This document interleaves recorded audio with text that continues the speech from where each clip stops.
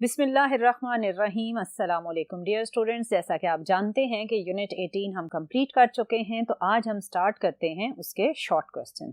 आज का जो पहला शॉर्ट क्वेश्चन है उसमें आपसे कहा गया, imagine a world in which c is equal to 50 metre per second, how would the everyday events appear to अस।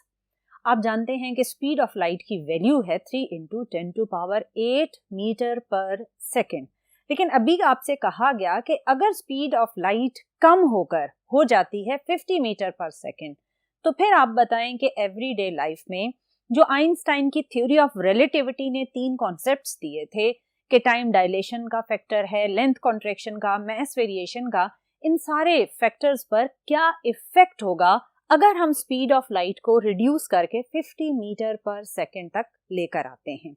इसके इफेक्ट को समझने के लिए पहले हमें इन तीनों इक्वेशंस में मौजूद ये फैक्टर, जिसे गैमा फैक्टर भी कहा जाता है, इसमें आने वाले चेंज को समझना पड़ेगा, क्योंकि यही वो फैक्टर है जो मास, लेंथ और टाइम को इफेक्ट करेगा।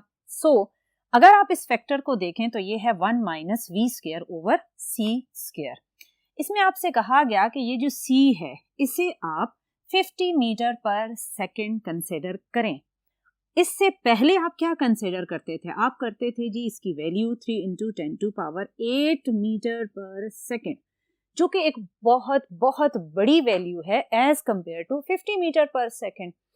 अगर ये c एक बहुत बड़ा फैक्टर था तो इसका मतलब है कि ये जो फैक्टर है, क्योंकि डिनोमिनेटर में एक बहुत बड़ा फैक्टर था, वी स्क्वायर ओवर सी स्क्वायर एक छोटी वैल्यू आती थी। और जब आप 1 में से एक छोटी वैल्यू को सब्ट्रैक्ट करेंगे तो आपका आंसर बिगर आएगा। किसके कंपैरिजन में बिगर आएगा? वो कंपैरिजन है इस गिवन सिचुएशन का, क्योंकि अब अगर आप इस c की जगह पुट कर दें 50 मीटर पर सेकेंड, जो कि पहले ये वैल्यू थी 3 इंटू 10⁸, तो अब ये c का जो फैक्टर है फॉर 50, ये इस 3 इंटू 10⁸ के कंपैरेटिवली तो कम हो गया है। अगर ये c रिड्यूस हुआ तो ये जो फैक्टर है, यानी ये जो रेशो है वी स्क्वायर ओवर सी स्क्वायर, ये अब इस केस के कंपैरेटिवली बिगर हो जाएगी। जब आप 1 में से एक bigger factor v square over सी स्क्वायर, जो कि अब एक बिगर फैक्टर होगा in the case of 50 metre per second, क्योंकि आपने c को 50 कर दिया है, छोटा कर दिया है। जब आप डिनोमिनेटर को छोटा करते हैं तो ये रेशो बड़ी हो जाएगी। 1 में से अब जो एक फैक्टर सब्ट्रैक्ट होगा वो एक बड़ा फैक्टर सब्ट्रैक्ट होगा। जब 1 में से एक बड़ा फैक्टर सब्ट्रैक्ट हुआ तो आंसर आपका छोटा आएगा, आंसर डिक्रीज हो जाएगा। अगर आप c को 50 मीटर पर सेकेंड तक लेकर आते हैं तो ये फैक्टर ओवरऑल डिक्रीज हो जाएगा eight c is 50 metre per second. अगर ये फैक्टर डिक्रीज हो गया है तो अब मास, लेंथ और टाइम पर क्या इफेक्ट होगा? ये फैक्टर और मास इनवर्सली प्रोपोर्शनल है। आप ये कह रहे हैं कि ये फैक्टर फर्दर डिक्रीज हो गया। अगर ये फैक्टर डिक्रीज हुआ तो मास क्या हो जाएगा? मास इंक्रीज हो जाएगा। यानी पहले भी हम ये कह रहे थे कि मास इंक्रीज हो जाता है, यानी कोई भी ऑब्जेक्ट जिसका रेस्ट मास था m0, अगर वो ऑब्जेक्ट स्पीड ऑफ लाइट के साथ मूव करता है तो इसका इनर्शियल बिहेवियर, जिसे हम ओवरऑल मास ही कहते हैं, वो इंक्रीज हो जाता था। और अभी इस c 50 मीटर पर सेकेंड पर ये फैक्टर डिक्रीज होने की वजह से मास फर्दर इंक्रीज हो जाएगा, यानी उसका जो इंक्रीजिंग इफेक्ट है वो हमें और ज्यादा प्रोमिनेंट नजर आएगा। और इस इक्वेशन में अगर आप देखें तो 1 माइनस वी स्क्वायर ओवर सी स्क्वायर का फैक्टर डिक्रीज होने की वजह से लेंथ और ये फैक्टर क्या है? डायरेक्टली प्रोपोर्शनल है। ये फैक्टर डिक्रीज हुआ तो लेंथ कॉन्ट्रैक्शन फर्दर क्या हो जाएगी? फर्दर छोटी हो जाएगी, या लेंथ कॉन्ट्रैक्शन आपको ज्यादा प्रोमिनेंट नजर आएगी। सिमिलरली टाइम का फैक्टर भी इसी तरह चेंज होगा, क्योंकि ये फैक्टर डिक्रीज हो रहा है। इसके डिक्रीज होने से टाइम क्या होगा? इंक्रीज होगा, क्योंकि ये दोनों इनवर्सली प्रोपोर्शनल है। यानी जो टाइम डायलेशन आप फील करते थे वो टाइम डायलेशन अब आपको और ज्यादा प्रोमिनेंट होकर नजर आएगी। हमने ये ऑब्जर्व किया कि अगर स्पीड 50 मीटर पर सेकेंड पर आ जाती है तो हमें mass variation, length contraction, time dilation के जो इफेक्ट्स हैं वो और ज्यादा प्रोमिनेंट होकर नजर आ रहे हैं, क्योंकि ये फैक्टर डिक्रीज हो गया है। सो जब आप इसका आंसर लिखेंगे तो आप यही बताएंगे कि ये फैक्टर डिक्रीज हो जाता है eight 50 metre per second. So mass, length and time, they all will change. Why? Because of the decrease in speed of light. And effect on everyday life will be greater as compared to the present. क्योंकि मैंने अभी आपको सारी बात समझाई कि अगर आप 50 मीटर पर सेकेंड पर आते हैं तो मैस वेरिएशन फर्दर आपको प्रोमिनेंट होकर नजर आएगी, लेंथ कॉन्ट्रैक्शन भी प्रोमिनेंट नजर आएगी और टाइम डायलेशन का फैक्टर और ज्यादा बढ़ जाएगा और ज्यादा प्रोमिनेंट हो जाएगा. तो ये था कि किस तरह आइंस्टाइन की थ्योरी ऑफ रिलेटिविटी के जो 3 पोस्टुलेट्स हैं वो चेंज हो जाते हैं अगर आप अपनी डेली लाइफ में स्पीड ऑफ लाइट को कम करके 50 मीटर पर सेकेंड तक ले आते हैं. अब मूव करते हैं नेक्स्ट बोर्ड पर और देखते हैं कि सेकेंड शॉर्ट क्वेश्चन की स्टेटमेंट क्या है. जी डियर स्टूडेंट, क्वेश्चन नंबर 2 आपका टाइम डायलेशन के कॉन्सेप्ट से रिलेटेड है, जिसमें यह कहा गया कि both Zirak and Samina are 20 years old. Zirk leave Earth in a spacecraft moving at 0.8 c while Samina remains on Earth. यहाँ तक पहले समझ लें. उन्होंने कहा कि 2 आपको बच्चे दिए गए हैं जी, जिनमें से एक का नाम ज़िरक है, दूसरे का समीना, और उनकी जो अभी एज है वो 20 years है. ज़िरक जिस स्पेसक्राफ्ट में बैठ रहा है उसकी स्पीड है 80% ऑफ स्पीड ऑफ लाइट यानी 0.8 c है. अब इस स्पेसक्राफ्ट में बैठकर वो ऑब्वियसली किसी स्टार या किसी प्लेनेट की तरफ जाएगा और समीना इस वक्त अर्थ पर ही मौजूद है. दोनों की स्टार्टिंग एज क्या दी गई है? 20 years. अब आपसे ये कहा गया कि ज़िरक जब स्पेसक्राफ्ट में बैठा वो अपने जो भी स्टार था वहां पर गया और वापस अर्थ पर आ गया, यानी वो अर्थ से जो भी प्लेनेट था वहां तक गया और फिर वापस उसने अर्थ पर आना है.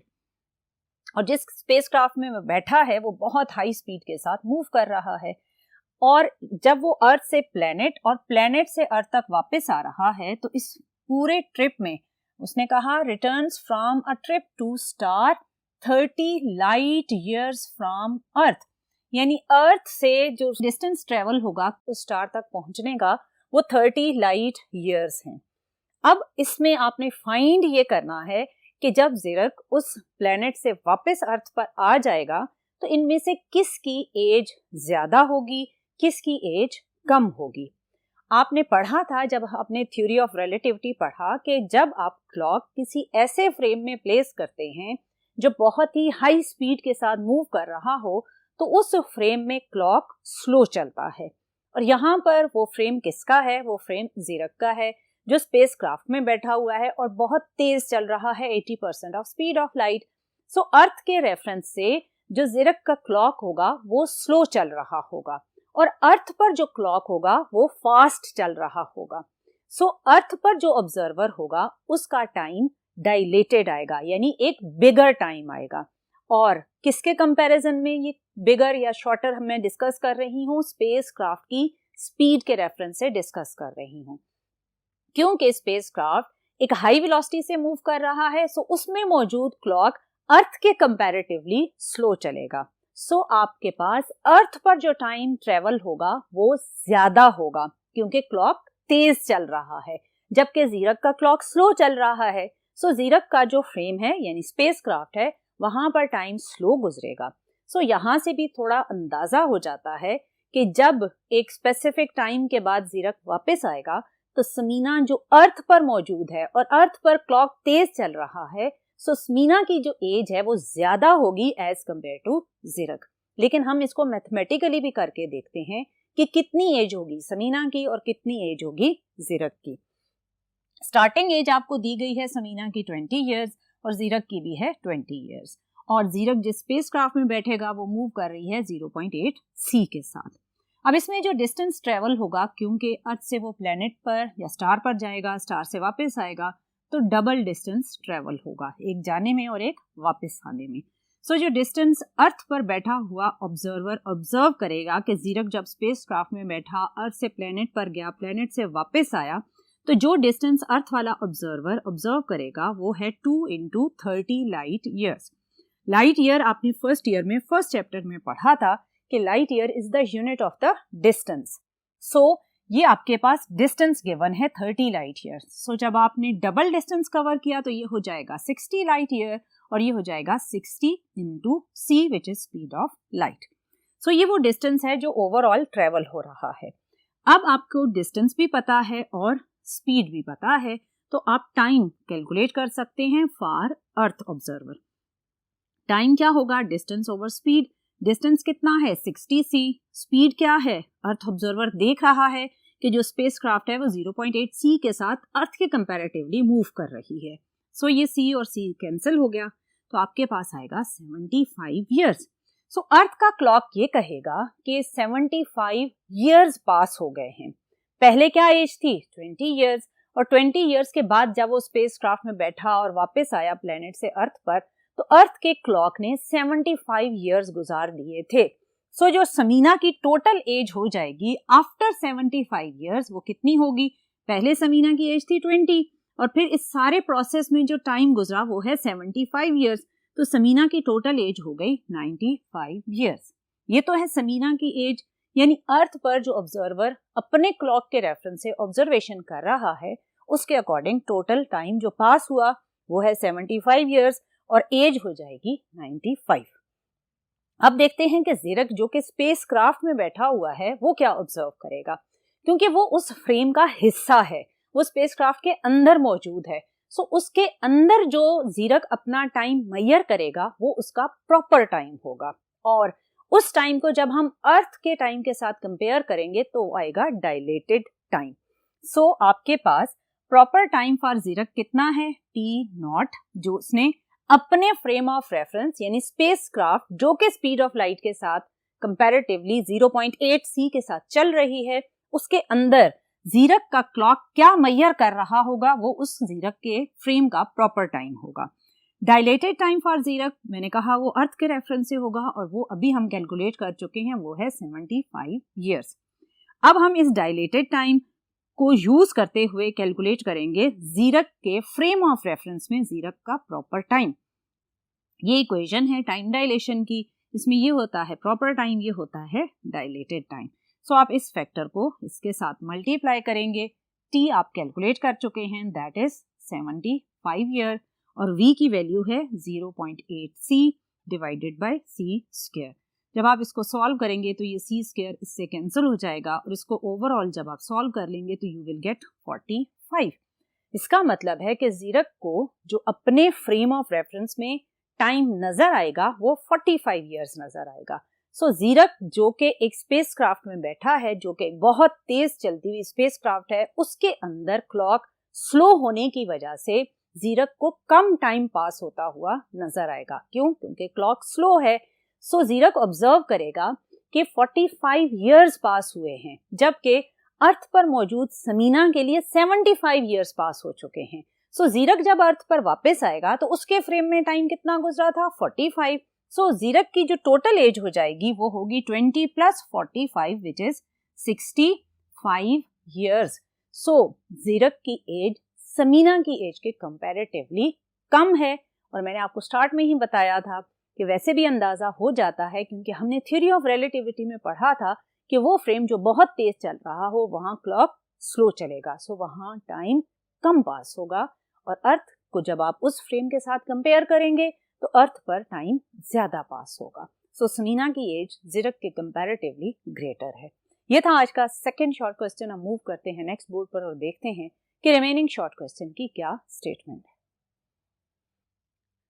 जी डियर स्टूडेंट, नेक्स्ट क्वेश्चन देखते हैं। नेक्स्ट क्वेश्चन की स्टेटमेंट है which has more energy, a photon of ultraviolet light or a photon of yellow light. आपने जब क्वांटम थ्योरी पढ़ी थी तो आपने पढ़ा था कि किसी भी फोटोन की जो एनर्जी है वो बेसिकली उसकी फ्रीक्वेंसी पे डिपेंड करती है, और आपने स्पेक्ट्रम में ये ऑब्जर्व किया था कि frequency of ultraviolet light is greater than frequency of visible portion light. अब आपको विजिबल पोर्शन की येलो लाइट दी गई है, so frequency of ultraviolet light is greater than frequency of yellow light. अगर फ्रीक्वेंसी ग्रेटर है तो आपने ये इक्वेशन पढ़ी थी E इक्वल्स टू HF। जिस पार्टिकल की या जिस फोटोन की फ्रीक्वेंसी ज्यादा होगी उसी की क्या होगी? एनर्जी ज्यादा होगी, क्योंकि आपके पास फ्रीक्वेंसी ऑफ अल्ट्रावायलेट ग्रेटर है as compare to frequency of yellow light. So energy of ultraviolet light is greater than energy of yellow light. और आप अगर वैल्यू लिखना चाहें तो एनर्जी ऑफ अल्ट्रावायलेट लाइट होती है 5.18 into 10 to power minus 19 joule और एनर्जी ऑफ येलो लाइट होती है 3.57 into 10 to power minus 19 joule. So ये एक सिंपल सा शॉर्ट क्वेश्चन था जिसमें आप फ्रीक्वेंसी के कंपैरिजन से एनर्जी का कंपैरिजन करते हैं। अब देखते हैं नेक्स्ट फोर्थ शॉर्ट क्वेश्चन की स्टेटमेंट क्या है। वो कह रहा है some stars are observe to be reddish and some are blue which star have higher surface temperature. Dear student, आपने ऑब्जर्व किया होगा कि स्काई पे सम टाइम आपको कुछ स्टार्स ब्लू कलर के नजर आते हैं और कुछ आपको रेडिश नजर आते हैं। अब आपसे ये पूछा गया है कि इनका जो कलर डिफरेंस है उसकी वजह से उन स्टार्स की जो सरफेस के टेम्परेचर की वैल्यू है वो क्या होगी। आपने वीन्स डिस्प्लेसमेंट लॉ पढ़ा था जब आपने ब्लैक बॉडी रेडिएशन को डिस्कस किया था। इसमें आपने ये पढ़ा था कि product of wavelength and temperature is constant और इस इक्वालिटी के अकॉर्डिंग टेम्परेचर और वेवलेंथ क्या है, इनवर्सली प्रोपोर्शनल हैं। सो अगर टेम्परेचर और वेवलेंथ इनवर्सली प्रोपोर्शनल हैं तो आप पढ़ चुके हैं कि वेवलेंथ रेड कलर की ब्लू कलर के कंपैरेटिवली ज्यादा होती है। सो अगर रेड की वेवलेंथ ज्यादा है और आप जानते हैं कि टेम्परेचर और वेवलेंथ इनवर्सली प्रोपोर्शनल हैं, सो जिसकी वेवलेंथ बिगर होगी उसका टेम्परेचर फिर कम होगा। सो वो स्टार जो आपको रेडिश कलर का नजर आ रहा है उसका टेम्परेचर ब्लू कलर स्टार के कंपैरेटिवली कम होगा क्योंकि आपके पास वेवलेंथ और टेम्परेचर इनवर्सली प्रोपोर्शनल है। सो जितना ज्यादा टेम्परेचर होगा उतनी ही कम आपको वेवलेंथ मिलेगी और ब्लू की वेवलेंथ कम होती है as compare to red colour. So ये था आज का फोर्थ शॉर्ट क्वेश्चन। अब मूव करते हैं फर्स्ट बोर्ड पर और देखते हैं कि फिफ्थ शॉर्ट क्वेश्चन की स्टेटमेंट क्या है।